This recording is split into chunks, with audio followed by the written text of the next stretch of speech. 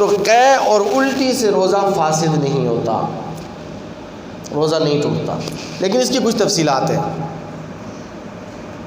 کون سی قے ایسی ہے کہ جس سے روزہ فاسد ہو جاتا ہے، اور کون سی قے ایسی ہے، کون سی الٹی سے روزہ نہیں فاسد ہوتا، روزہ نہیں ٹوٹتا، روزے میں کوئی فرق نہیں آتا، کوئی حرف نہیں آتا۔ اس کی تفصیل کو سمجھنا نہایت ہی ضروری ہے۔ تو آپ توجہ کے ساتھ اگر بات کو سماعت فرمائیں گے تو انشاءاللہ العزیز آپ کو یہ مسائل میں آسان اور عام فہم انداز میں سمجھانے کی کوشش کروں گا۔ دیکھیے، پہلی صورت یہ ہے کہ اگر خود بخود قے آ گئی، خود بخود الٹی آ گئی، اور وہ تھوڑی سی قے اگر خود بخود واپس لوٹ گئی اور حلق سے نیچے اتر گئی تو اس سے روزہ فاسد نہیں ہوتا، روزے میں کوئی فرق نہیں پڑتا۔ یہ پہلی صورت ہے۔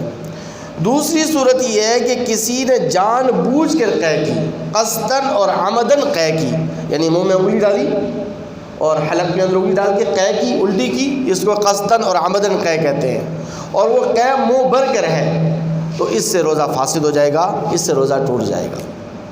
دونوں صورتوں میں فرق سمجھ میں آ گیا آپ کو؟ تیسری صورت یہ ہے کہ اگر کسی نے قے کی قصداً اور عمداً، اور وہ تھوڑی سی قے یعنی چنے کے برابر یا اس سے کچھ زائد، چنے کے برابر یا اس سے کچھ زائد اس نے قصداً اور عمداً واپس لوٹا لی اور حلق سے نیچے اتار دی تو اس سے بھی روزہ فاسد ہو جائے گا اور ٹوٹ جائے گا۔ میں قصداً اور عمداً کے الفاظ ساتھ کہہ رہا ہوں، ان کو ہمیں یاد رکھنا ہے۔ چوتھی صورت کہ اگر قے آئی اور وہ قے منہ بھر کر نہیں ہے، قے اور وہ منہ بھر کر نہیں ہے، اور قصداً اس نے قے کی ہے، عمداً کی ہے، لیکن منہ بھر کر نہیں ہے، اور تھوڑی سی قے اس میں سے حلق سے بے اختیار نیچے چلی گئی، قصداً اور عمداً نہیں بلکہ بے اختیار اگر حلق سے نیچے چلی گئی تو اس سے بھی روزہ فاسد نہیں ہوگا، روزہ اس سے نہیں ٹوٹے گا۔ تو کل 4 صورتیں ہو گئی ہیں۔ 2 صورتوں میں روزہ فاسد ہو جاتا ہے اور 2 صورتوں میں روزہ فاسد نہیں ہوتا۔ میں یہ ویڈیو کلپ اس لیے ریکارڈ کروا رہا ہوں کہ اگر آپ یہ مسئلہ آپ نے دوبارہ سماعت فرمانا ہو تو ریپیٹ کر کے آپ دوبارہ بھی سن سکتے ہیں اور اس کو سمجھ سکتے ہیں۔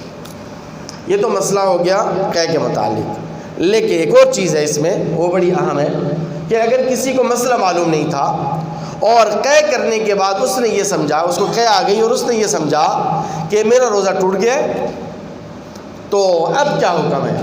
تو اب اس پر جرمانہ لگنا چاہیے، اور جرمانہ میں تگڑا قسم کا لگنا چاہیے۔ کیوں؟ اس لیے کہ آج ہمارے پاس ہر چیز کے لیے ٹائم ہے لیکن دین سیکھنے کے لیے ٹائم نہیں ہے، درس قرآن میں بیٹھنے کے لیے ہمارے پاس وقت نہیں ہے، جمعۃ المبارک کا جو اردو خطبہ ہے، جو اردو بیان ہے، اس کے سننے کے لیے ٹائم ہمارے پاس نہیں ہے۔ اس وقت جمعۃ المبارک کی ادائیگی کے لیے آتے ہیں کہ جب اردو بیان ختم ہو چکا ہوتا ہے، عربی خطبہ شروع ہوتا ہے، اور ہم چونکہ عجم ہیں تو وہ عربی خطبہ بھی ہمارے سر کے اوپر سے گزر رہا ہوتا ہے۔ تو ہونا تو یہ چاہیے تھا کہ تگڑا قسم کا جرمانہ لگتا ہے ایسی شخص پر کہ جس کو مسئلہ معلوم نہیں تھا اور قے آ گئی اور اس نے پھر روزہ توڑ دیا، قصداً اور عمداً کچھ کھا پی بھی لیا، تو اب اس کے لیے کیا حکم ہے؟ تو چونکہ اللہ بھی ہمارے رحیم ہیں اور ہمارے جو پیغمبر ہیں صاحب شریعت وہ بھی رحمت والے ہیں، رحمت دو عالم ہیں، اس لیے اللہ نے بھی ہاتھ ہلکا رکھا ہے اور نبی کریم صلی اللہ علیہ وسلم نے بھی ہاتھ ہلکا رکھا ہے، اور قرآن اور حدیث کی روشنی میں فقہاء کرام نے لکھا ہے کہ ایسی صورت میں اس پر صرف اور صرف قضا واجب ہوگی، کفارہ واجب نہیں ہوگا۔ ورنہ میرا تو یہ خیال تھا کہ اس پر کفارہ بھی واجب ہونا چاہیے جرمانے کے طور پر۔ کیوں؟ اس لیے کہ دین سیکھنے کے لیے لوگوں کے پاس آج ٹائم ہی نہیں ہے، ہر چیز کے لیے ٹائم ہے، فضول لغویات میں وہ گھنٹوں صرف کر دیں گے، لیکن دین سیکھنے کے لیے، مسائل سیکھنے کے لیے اور دین کی بات سننے کے لیے ہمارے پاس وقت نہیں ہے۔ لیکن چونکہ شریعت کا مسئلہ ہے تو اس پہ ہم اپنی طرف سے کوئی ترمیم یا تبدیلی نہیں کر سکتے، لیکن بہرحال اس صورت کے اندر اس پر صرف قضا ہوگی اور کفارہ واجب نہیں ہوگا۔ دوسرا مسئلہ